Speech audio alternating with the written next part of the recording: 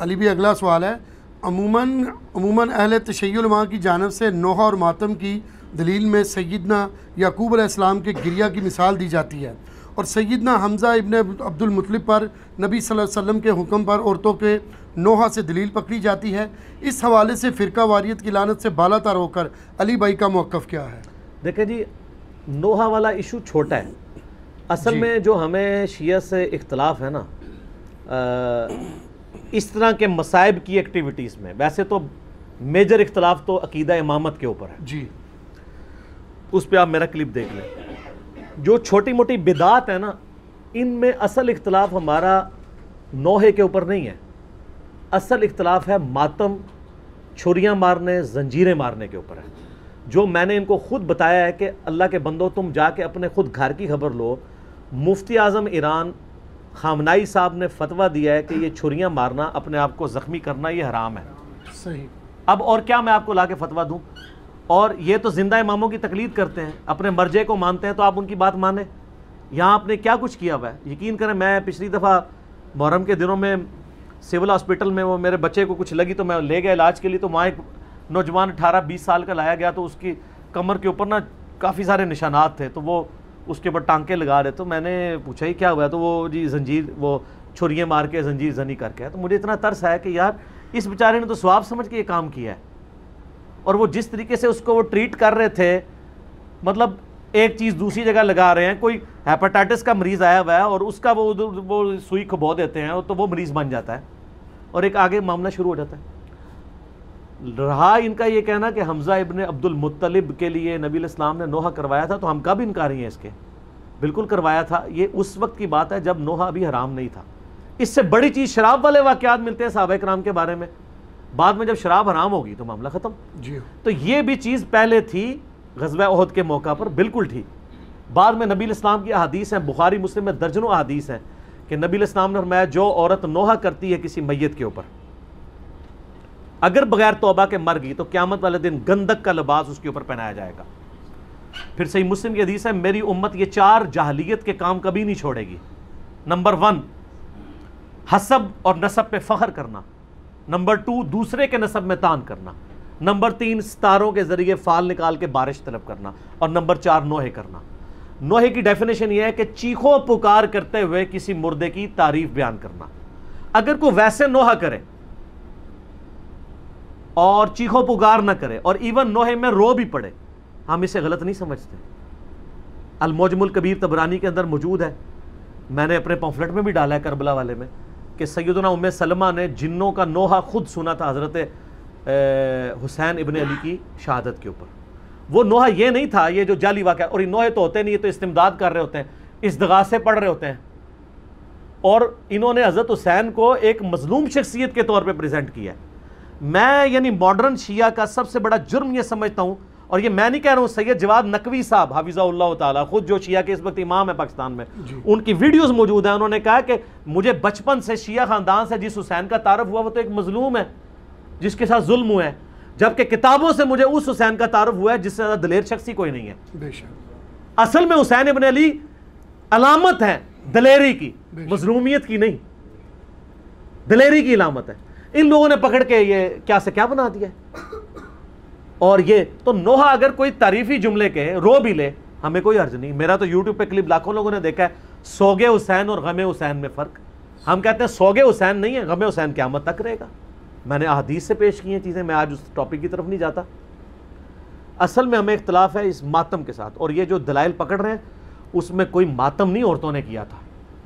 اور یہ مجھے پتہ ہے ایک شیعہ عالم ہے، میں ذاتی طور پر ان کی بہت قدر کرتا ہوں، شہنشاہ نقوی صاحب حافظہ اللہ تعالیٰ، ٹھیک ہے، یہ حافظہ اللہ آپ کسی کو بھی دعا دے سکتے ہیں۔ تو انہوں نے یہ بات کی ہے، اور انہوں نے یعنی مجھے بڑا افسوس ہوا قرآن سے آیات پڑھ کے نا، سورہ یوسف سے، حضرت یعقوب علیہ السلام جو افسوس کرتے تھے یوسف علیہ السلام کے لیے، وہ تو اس میں الفاظ ہیں، وہ ہائے یوسف کہتے تھے، اور یوسف افسوس یوسف کے اوپر، اور یوسف کو یاد کر کے روتے تھے حتیٰ کہ ان کی بینائی چلی گئی۔ اس کے ساتھ انہوں نے ساتھ خود کہانی جوڑ لی کہ ایک ہاتھ یہاں مارتے تھے ایک یہاں مارتے تھے، تو ہم یہاں مار لیں تو کیا ہے؟ یہ قرآن کی کس آیت میں لکھا ہوا ہے؟ جی، یعنی یہ آپ کہانیاں کہانی بند کریں، سورہ یوسف کھول کے خود 80 نمبر آیت سے آنورڈ پڑھ لیں، پارہ نمبر 12 کے اندر، اور مجھے بتائیں کہ کہاں لکھا ہے کہ وہ ماتم کرتے تھے۔ ہوتا یہی ہے کہ آدھا سچ بڑا خطرناک ہوتا ہے، آدھا تو سچ ہے۔ سر ہم بھی غم کر رہے ہیں، اور میں تو بہت بڑی بات کرتا ہوں، دنیا کا بڑے سے بڑا شیعہ آ کے مجھ سے اگر محبت اہل بیت ایکسچینج کرنا چاہے نا، تو میں جو اہل بیت کے لیے محبت رکھتا ہوں نا، میں کبھی بھی اس کے ساتھ ایکسچینج نہ کروں۔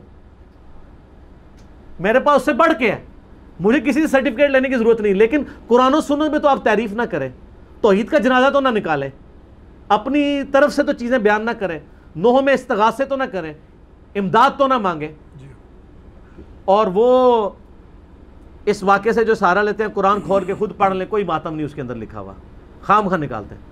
نوحے میں بھی ہمیں صرف اس نوحے سے اختلاف ہے جس میں چیخ و پکار کی جائے، آوازیں بلند کی جائے۔ اگر تعریفی کلمات کوئی کہتا ہے حضرت حسین ابن علی پہ مرثیہ پڑھے، نوحہ پڑھے، ہمیں کوئی اعتراض نہیں ہے۔ ہم نے خود اپنے شعیب بھائی سے یہاں پڑھوایا تھا، سید نے کربلا میں وعدے نبھا دیے ہیں، تو یہ تو اہل سنت کے ہاں بھی چل رہا ہوتا ہے، ہمیں تو کوئی اعتراض نہیں ہے اس کے اوپر، لیکن واہ ویلا نہ کریں، چیخو پکار نہ کریں، اور اس میں جھوٹی تعریف نہ کریں، سچی تعریف کریں جی، اور ان سے مدد نہ مانگیں، بلکہ ان کے لیے اللہ کے حضور دعائے رحمت کریں، اور صلاۃ بر محمد وآل محمد، اللہم صلی علی محمد وعلی آل محمد۔ اور ہو سکتا ہے کسی سنی کے پیٹ میں درد ہو اور وہ کہے جی یہ آپ کیوں کہہ رہے ہیں میت کے اوپر جو ہے وہ تعریفی کلمات کہے جا سکتے ہیں، تو سر صحیح بخاری اور مسلم دونوں میں موجود ہے، عرض کیا ہے۔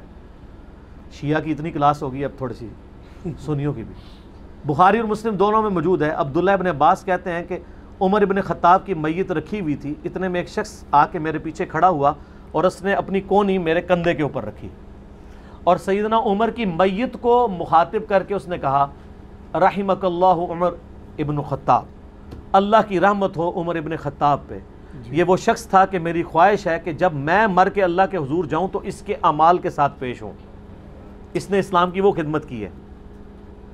اور میں نے بارہا رسول اللہ سے سنا تھا صلی اللہ علیہ وآلہ وسلم، میں ابو بکر اور عمر داخل ہوئے، میں ابو بکر اور عمر نکلے، میں ابو بکر اور عمر نے یہ کیا، مجھے امید تھی کہ اے عمر تم اپنے ان دو ساتھیوں کے ساتھ جا کے ملو گے۔ کون دو ساتھی؟ رسول اللہ صلی اللہ علیہ وآلہ وسلم اور سیدنا ابو بکر رضی اللہ تعالیٰ عنہ وعلیہ السلام۔ تو مجھے امید تھی، یہ تعریفی جملے بولے جا رہے ہیں کہ میں تمہارے مال کے ساتھ اللہ کے حضور آنا چاہتا ہوں، اللہ تم پر رحم کرے، تمہارے بارے میں حضور کہا کرتے تھے، یہ سارے تعریفی کلمات ہیں نا، اور میت پہ ہے نا جی۔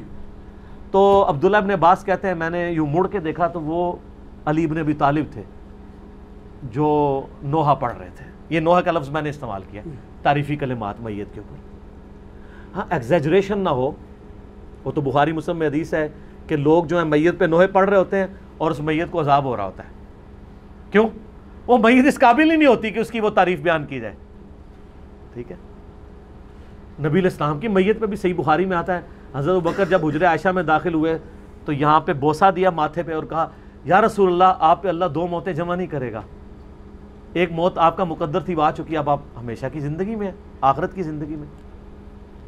روئے حضور کی زندگی میں بھی، بعد میں بھی لوگ کہتے تھے میرے ماں باپ کو قربان نبی صلی اللہ علیہ وسلم پہ، تعریفی کلمات کہتے تھے، ایسے ایسے الفاظ استعمال کرتے تھے۔ لہٰذا جس چیز سے ہمیں اختلاف ہے وہ یہ ہے۔ اور میں سوگ حسین کے اوپر بھی تھوڑا سا عرض کر دوں، اس میں دیکھیں سوگ تو 3 دن ہے، بخاری مسلم میں حدیث ہے جو عورت اللہ اور یوم آخرت پہ ایمان رکھتی ہے اس کے لیے جائز نہیں کہ وہ 3 دن سے زیادہ سوگ کرے سوائے اپنے خاوند کے مرنے پہ، وہ بھی 4 مہینہ 10 دن۔ غم حسین الگ چیز ہے جی۔ غم حسین تو سنت ہے، اس کی مثال صحیح بخاری سے لیں، حمزہ ابن عبد المطلب کو قتل کس نے کیا تھا؟ واشی نے۔ فتح مکہ پہ واشی کو پیش کیا گیا کہ اس کی توبہ قبول کریں، نبی علیہ السلام نے بلا کے پوچھا واشی یا رسول اللہ، قاتل حمزہ یا رسول اللہ، واشی تیرا اسلام قبول ہے لیکن کیا تو ایسا کر سکتا ہے کہ مجھے اپنی شکل نہ دکھا، مجھے اپنا چچا یاد آتا ہے۔ کسی نے نہیں کہا یا رسول اللہ سوگ تو 3 دن ہوتا ہے، چچا کو مرے ہوئے 5 سال ہو چکے ہیں جی۔ غزوہ احد 3 ہجری میں، فتح مکہ 8 ہجری میں، آپ 5 سال تک حمزہ کو نہیں بھولے؟ حمزہ کو کیسے بھول سکتے تھے؟ حمزہ بھائی بھی تھا حضور کا، دودھ پیتا، چچا بھی تھا۔ اور میں آج آپ کو ایک بڑی پوائنٹ کی بات کروں، اگر حضور کی وفات کے وقت حضرت حمزہ ابن عبد المطلب زندہ ہوتے، خلیفہ اول انہوں نے بننا تھا، اس کی دلیل لے لیں۔ بخاری اور مسلم کی احادیث کھول کے دیکھیں، غزوہ بدر میں مسلمانوں کی فوج کا سپہ سالار کون تھا؟ حمزہ، نہ ابو بکر، نہ عمر، نہ عثمان، نہ علی. اور غزوہ احد میں سیدنا حمزہ. ٹھیک ہے، تو نبی الاسلام کو اسی لیے ان لوگوں کی قربانیوں کا یعنی دل میں تھا غم کہ انہوں نے قربانیاں دی ہیں. اسی لیے بخاری مسلم میں آتا ہے نا، اپنی وفات سے 1 مہینہ پہلے آپ نے شہداء احد پہ دوبارہ نماز جنازہ پڑھی، 1 مہینہ پہلے اپنی وفات سے. اور آپ نے وہاں صحابہ کو خطبہ دیا. آپ نے فرمایا کہ میں تمہارا پیش رو ہوں، میرا ممبر اس وقت حوض کوثر پہ لگا ہوا ہے، دیکھنا مجھے اپنے بعد تم سے یہ خطرہ نہیں ہے کہ تم میرے بعد دوبارہ سے بت پرستی شروع کر دو، لیکن مجھے ڈر ہے کہ دنیا کے خزانے تمہارے پہ کھول دیے جائیں گے، پھر تم دنیا کی محبت میں ایک دوسرے سے قتل و غارت میں مبتلا ہو کر تباہ و برباد ہو جاؤ گے جس طرح اگلے لوگ ہو گئے. کیونکہ حضور نے بتایا کہ یہاں پہ وہ لوگ دفن ہیں جن کی قربانیوں کا پھل تم کھاؤ گے. یار حمزہ نے تو پھل نہیں کھایا نا رومن اور پرشین امپائر کا. سیدنا یاسر اور سیدہ سمیہ نے تو پھل نہیں چکھا نا، انہوں نے تو اسلام میں مشکل وقت گزار کے تو تکلیفیں سہ کے دنیا سے چلے گئے نا، پھل تو بعد والے لوگوں نے چکھے ہیں نا. تو حضور نے اس لیے قبرستان میں خطبہ دیا تھا، دیکھنا کہ میرے بعد ایسے معاملات ہو جائیں گے. تو وہ بخاری کی حدیث میں آتا ہے کہ آپ نے فرمایا مجھے اپنی شکل نہیں دکھانی. پوری زندگی وحشی حضور کے سامنے نہیں آیا. پھر اللہ نے اس پہ کرم کیا کہ جب مسیلمہ کذاب نے دعوی نبوت کیا تو اس کا قتل بھی وحشی کے ہاتھوں ہوا. تو وہ کہا کرتے تھے کہ میں نے اسلام کے بہترین شخص کو قتل کیا، بہت بڑا جرم تھا، اللہ نے کمپنسیشن میری کر دی کہ میں نے اسلام کے بدترین دشمن کو بھی میں نے ہی قتل کیا ہے، مسیلمہ کذاب کو، جس نے جھوٹے دعوی نبوت کیا تھا. نبی الاسلام حریص علیکم بالمؤمنین رؤوف الرحیم ہے، اس کے باوجود کہہ رہے ہیں واشی مجھے شکل نہیں دکھانی. اچھا مجھے بتائیں، انسان کو اپنے چچا سے زیادہ محبت ہوتی ہے یا اپنی اولاد سے؟ چچا کے قاتلوں کی شکل حضور دیکھنا نہ چاہیں، اور حضور کی اولاد کو جنہوں نے قتل کیا ہے ان کے آپ قصیدے پڑھتے ہیں؟ ان کے ساتھ تو وہی ہونا ہے، سحقن سحقن لمن غیر بعدی، بخاری مسلم میں، دور کرو انہوں نے میرے بعد میرے دین کو بدلا. یہ تو حوض کوثر پہ جا کے پتہ چلے گا. تو میں نے اس میں بولا تھا کہ سوگے حمزہ ختم ہو چکا تھا، غم حمزہ باقی تھا. وہ حضور کی زندگی میں ان کے ساتھ غم پرماننٹلی اٹیچ رہا ہے. اور سر اس کو تو چھوڑ دیں، صحیح بخاری مسلم میں حدیث ہے، سیدہ عائشہ کہتی ہیں کہ میں حضور کی بیویوں میں سب سے زیادہ جس سے رشک حسد کرتی تھی نا وہ خدیجہ تھی. حضور علیہ السلام جب بھی کوئی بکری بھی ذبح کرتے تو حضرت خدیجہ کی سہیلیوں کو بھجوایا کرتے تھے ان کی وفات کے بعد. تو میں کہا کرتی تھی یا رسول اللہ جیسی خدیجہ جیسی کوئی عورت ہی نہیں ہے. آپ فرمایا اس نے میرا اس وقت ساتھ دیا جب میرے ساتھ کوئی نہیں تھا، اپنے مال کے ذریعے، اپنی قربانیوں کے ذریعے. تو سر غم تو کبھی نہیں ختم ہو سکتا. آپ غم حسین کو ختم کرنا چاہتے ہیں، کر کے بتائیں. جناب 900 سال تک ممبر آپ کے قبضے میں رہے ہیں، تینوں براعظم آپ کے قبضے میں رہے ہیں، لیکن آپ آل امیہ اور آل عباس کی بدماشیوں کو چھپا نہیں سکے. آج ہر طرف حسین حسین ہی ہے الحمدللہ، اور دن بہ دن بڑھ رہی ہے. ہماری ویڈیو سے پہلے کیا حال تھا، اب تو سب لوگ کانفیڈنس لوز کر چکے ہیں. اب تو وہ کہہ رہے ہیں خدا کے لیے یزید سے ہمیں لعنتیں کروا لیں، یزید کے ابا جی کو چھوڑ دیں. اب ہاتھ پاؤں پکڑنے پہ آ گئے ہیں. اب یزید تو ڈسکس ہونا ہی بند ہو گیا ہے، کیونکہ ہم نے بتایا کہ اصل بندہ کون ہے، اصل مسئلہ کیا ہے، ٹوٹی کمند کہاں. تو غم حسین باقی ہے. مسند احمد میں حدیث ہے، غم حسین حضور نے زندگی میں بھی کیا ہے. علی بن ابی طالب کہتے ہیں میں حضور کے پاس حاضر ہوا، آپ نے حسین بن علی کو گود میں اٹھایا، زاروں قطار رو رہے ہیں. میں نے کہا یا رسول اللہ میرے ماں باپ آپ پہ قربان، یہ آپ کی حالت کس نے کی ہے؟ اور یہ حدیث سٹارٹ کہاں سے ہوتی ہے؟ مولا علی جو ہیں وہ جنگ نہروان کے لیے جا رہے ہوتے ہیں، نینوا نامی جگہ پہ، صحیح حدیث ہے مسند احمد کی.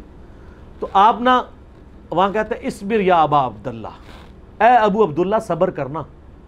تو ساتھی پوچھتا ہے کہ حضرت علی آپ کس سے باتیں کر رہے ہیں؟ تو حضرت علی حضرت حسین سے باتیں کر رہے ہوتے ہیں، حالانکہ حسین ساتھ نہیں تھے، لیکن ایک نعرے کے طور پہ کہ میرے بچے صبر کرنا. تو انہوں نے کہا کہ مجھے یہاں پہ حضور کی ایک حدیث یاد آئی ہے، کیونکہ اسی جگہ کے بارے میں نبی الاسلام نے مجھے بتایا تھا. ایک دن میں آپ کے گھر داخل ہوا، حسین ابن علی کو گود میں اٹھایا ہوا ہے، چھوٹا سا بچہ ہے 3-4 سال کا. آپ رو رہے ہیں. میں نے پوچھا یا رسول اللہ آپ کو کس نے غمگین کیا؟ تو فرمایا ابھی ابھی جبرائیل علیہ السلام میرے پاس آئے تھے, انہوں نے مجھے بتایا کہ آپ کی امت حسین کو قتل کر دے گی فرات کے کنارے, اور میری خواہش پہ جبرائیل نے یوں ہاتھ مار کے مجھے کربلا کی سرخ مٹی بھی دکھائی, جس کی وجہ سے میں غمزدہ ہو گیا اور میرے آنسو نکل آئے. ابھی واقعہ ہوا نہیں ہے, واقعہ ہونا ہے 50 سال بعد. غم حسین پہلے ہے. اور واقعے کے وقت کیا ہوا ہے وہ بھی مسند احمد میں متواتر حدیث ہے. ابن عباس کے 8 شاگردوں نے یہ روایت کی ہے. شیخ البانی, شیخ زبیلی زئی دونوں نے صحیح کہا ہے, اہل حدیث بھی صحیح مان رہے ہیں. اور یہ وہ حدیث ہے جس کی وجہ سے میں نے یہ فکر حسین اور غدیر خم کے اوپر آواز بلند کی. وہ حدیث کیا ہے؟ مسند احمد میں ہی ہے. عبداللہ ابن عباس کہتے ہیں کہ ایک دوپہر میں نے خواب دیکھا کہ نبی علیہ السلام پرانگدہ حالت, بال بکھرے ہوئے اور کپڑے بھی آپ کے گرد آلود ہیں, جیسے مشقت کے آثار ہیں. آپ کے ہاتھ میں خون کی ایک شیشی ہے.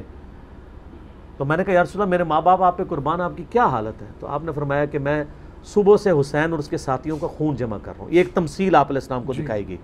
یہ نہیں تھا کہ آپ وہاں فزیکلی موجود تھے, ایک تمثیلاً دکھایا. تو کہتے ہیں میں گھبرا کے اٹھا. ابن عباس کہتے ہیں میں نے وہ دن اور تاریخ یاد رکھی, اور بعد میں ظاہر وہ انٹرنیٹ نہیں تھا, ٹیلی فون نہیں تھے, کئی ہفتوں بعد خبر آئی کہ اسی دن یعنی 10 محرم 61 ہجری کو حسین ابن علی کو مظلومانہ شہید کیا گیا ان کے ساتھیوں کے ساتھ. تو غم حسین تو نبی علیہ السلام کو اللہ کی جنتوں میں بھی ہے. اور میں اہل حدیثوں کے لیے اور دیوبندیوں کے لیے, کیونکہ ان دونوں کا مشترکہ روحانی ابا جی ہیں اسماعیل دہلوی, جس نے وہ گستاخانہ کتاب تقویۃ الایمان لکھی ہے, لیکن اس میں اس نے صحیح باتیں بھی کچھ لکھ دی ہیں. تذکیر الاخوان ما تقویۃ الایمان چھپی ہوئی ہے, اس میں اس نے لکھا ہے کہ یہ حدیث اس بات پر گواہ ہے کہ نبی علیہ السلام حضرت حسین کی وفات پر جنت میں بھی غمزدہ ہیں. اور اس کتاب میں وہ جگہ جگہ لکھتے ہیں یزید پلید. یہ تو سعودیہ ایران کی ٹسل کے بعد یہ یزید کے دفاع کرنے والے اہل حدیث ہیں, ورنہ میں آپ کو حلفیہ کہتا ہوں کہ ناسبیت اور یزیدیت کے خلاف جتنا کام کیا ہے نا وہ اہل حدیثوں نے کیا ہے. نواب صدیق حسن بھوپالوی ہوں, علامہ وحید الزمان ہوں, اس سے پہلے بھی آپ چلے جائیں, بڑے بڑے محدثین ہیں. ابن جوزی نے پوری کتاب لکھی الرد علی المعتصب العنید المانع من ذم یزید. یہ اس سرکش کا رد ہے جو یزید کی مذمت کرنے کو برا سمجھتا ہے. ابن جوزی 597 ہجری میں فوت ہوئے ہیں, ابن تیمیہ سے بھی پہلے ہیں. ابن تیمیہ اور ابن کثیر نے اس کتاب کی تعریف کی ہے, ابن جوزی کی کتاب کی. اس کا اردو میں ترجمہ ایک دیوبندی عالم نے کیا ہے, وہ شاہ نفیس اکیڈمی لاہور سے شائع ہوئی ہے. اس کا PDF ہماری ویب سائٹ کے اوپر رکھا ہے ahlsunnatpar.com پہ, آپ ڈاؤن لوڈ کریں. بڑی ڈیٹیل کے ساتھ انہوں نے اس مقدمے کو کلیئر کیا الحمدللہ. جزاکم اللہ خیر. مودودی صاحب نے جو کچھ لکھا ہے وہ سب کچھ احادیث کی روشنی میں لکھا ہے, اور میں نے اس کے دفاع کے اوپر ایک پورا ریسرچ پیپر بھی لکھ دیا ہے جناب. یہ واقعہ کربلا کا حقیقی پس منظر 72 صحیح الاسناد احادیث کی روشنی میں. 72 کا ٹائٹل میں نے شہدائے کربلا کی نسبت سے لیا ہے, ورنہ احادیث میں 200 سے زیادہ ہیں. اکثر احادیث بخاری اور مسلم سے ہیں.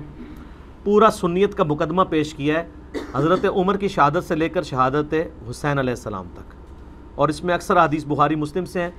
اور مین بڑے بڑے ٹاپکس کور کیے ہیں کہ خلفائے راشدین کون ہیں, اس کے بعد پھر حضرت عثمان کی شہادت کے جعلی اسباب نہیں اصلی اسباب کیا تھے, جنگ جمل صفین نہروان, اس کے بعد حضرت معاویہ کا دور ملوکیت, پھر صلح حسن والا معاملہ بھی, اور یزید کی ولی عہدی, اور الٹیمیٹلی حسین ابن علی کی مظلومانہ شہادت. یہ سب ٹاپکس میں نے کور کیے ہیں. اس کو آپ سافٹ کاپی ہماری ویب سائٹ ahlsunnatpar.com سے ڈاؤن لوڈ کر سکتے ہیں فریلی, اور ڈاک میں بھی آپ فری کاپی. یہ ریسرچ پیپر اور اس کے علاوہ 8 ریسرچ پیپر اور ہیں, 9 ٹوٹل, اور 3 اذکار کارڈ ہیں. صبح و شام کے سنت اذکار, فرض نماز کے بعد کے سنت اذکار, اور جادو ٹونا وبائی امراض اور قدرتی حادثات سے بچنے کے سنت اذکار. یہ آپ 12 کا پیکج فری ہم بھیجتے ہیں اللہ کے فضل سے. صبح 9 سے لے کر مغرب تک ہمارا فون نمبر کھلا ہوتا ہے اکیڈمی کا, +92-321-5900-162 نمبر ہے.